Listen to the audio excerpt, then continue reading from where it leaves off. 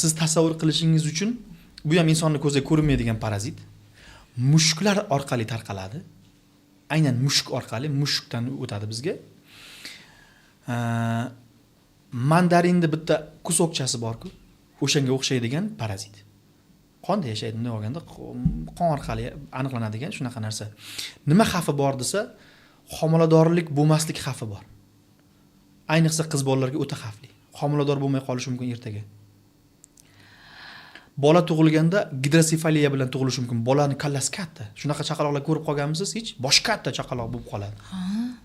Ana shu taksoplazmozda asorat. Demak, bu mushukdan ekan. Albatta mushukdan. Ayniqsa balog'at yoshidagi, tug'ish yoshidagi ayollar mushuk boqish kerak emas.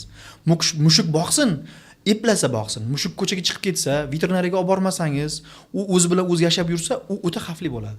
Aynan o'sha mushukdan yuqadigan o'sha taksoplazma torch degan infeksiyani qatorida turibdi. Torch infeksiyaga topshir deydi. Ayollar nimadir bo'lib ginekologga borsa, torchga topshir, torchga topshir. Shunday. Torch infeksiyani tarkibida taksoplazma degan bitta parazit bor. Aynan bizda eng xavfli bo'lgan narsa hozir. Bu haqida ma'lumot albatta hamma bilish kerak.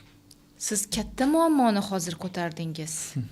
Juda ko'pchilik ayollar mushuk boqadi, lekin turmush qurganda farzandsizlikdan qiynaladi.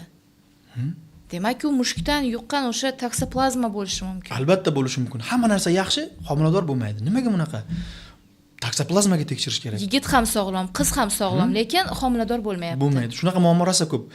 Mushukdan yuqadigan aynan taksoplazmoz paraziti, bu haqida internetdan o'qisa bo'ladi. Hamma ma'lumot bor. Googledan o'qisin, YouTubedan o'qisin, taksoplazmoz deb yozsa chiqadi. Mushukdan yuqadi, mana shunaqa muammolar keltirib chiqaradi, shuncha yil yashaydi, mana shunaqa lecheniya qilasan deb hammasi aytib qo'yilgan.